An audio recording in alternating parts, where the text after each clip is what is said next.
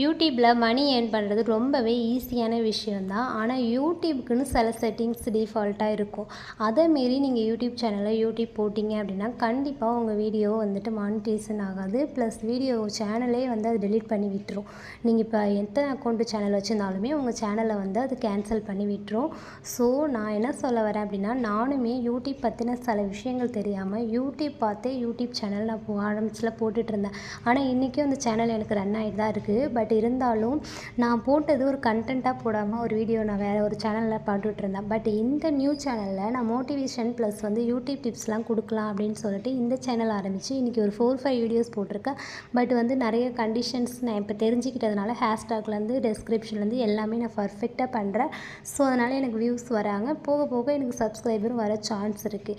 என்ன ரீசன்னா, இப்போ நம்ம என்ன கண்டென்ட்டில் வீடியோ போடுறோமோ அந்த கண்டென்ட்டில் யார் வந்து சர்ச்சில் தேடுறாங்களோ அவங்களுக்கு யூடியூப் வந்து அந்த மெசேஜ் அனுப்பி அவங்கள இந்த வீடியோவை பார்க்க வைக்கும். ஸோ இதுதான் யூடியூப்போட மெயின் மெசேஜே.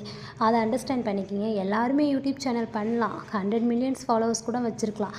ஆனால் ஒரு சேனல் அவங்க தப்பாக போட்டு ஏதாவது ஒன்று பண்ணிட்டாலும் அவங்க போட்ட அத்தனை சேனலுமே அதை கேன்சல் பண்ணிவிடும். ஏன்னா மெயின் காப்பிரைட் ஸ்ட்ரைக் வரவே கூடாது. யூடியூப்பில் நம்ம வீடியோ போடுறது சாதாரண விஷயம் இல்லை.